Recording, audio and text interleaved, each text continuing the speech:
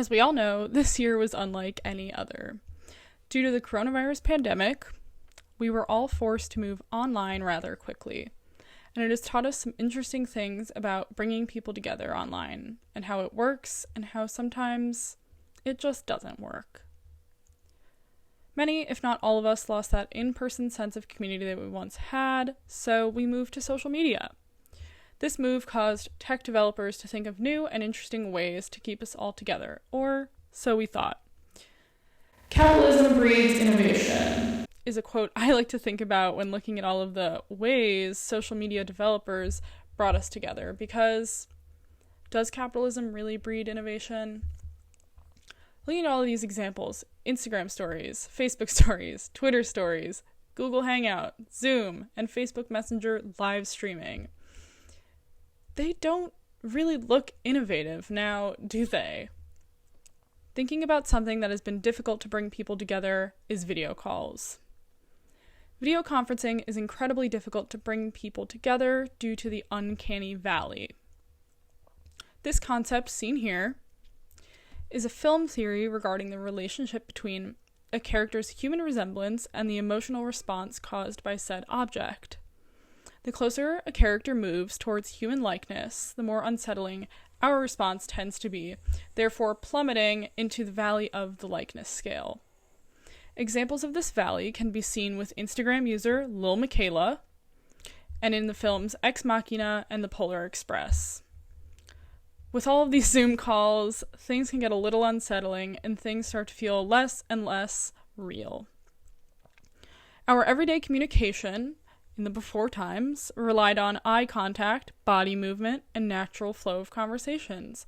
But now, in the little box on our computer screen, it just doesn't translate well and makes it hard to perceive the feelings and emotions that come from others. I have personally experienced this, as when FaceTiming my girlfriend, we have discussed how we know each other on the other end, but it just feels a bit off. Moving back to the lack of innovation, developers need to realize why users are on their apps, the UX, the communities, and the different reasons for sharing. Instagram, for example, is a photo sharing app where stories make sense. You're posting photos or videos on your stories. When Twitter launched its own version, called Fleets, they were faced with major clapback from users. It makes no sense.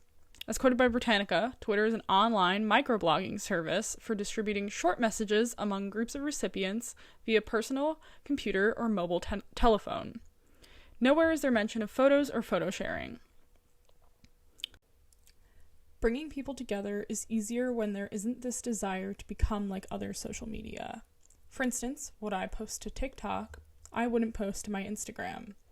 It's a place where I like to test the waters for my comedy and make silly little videos.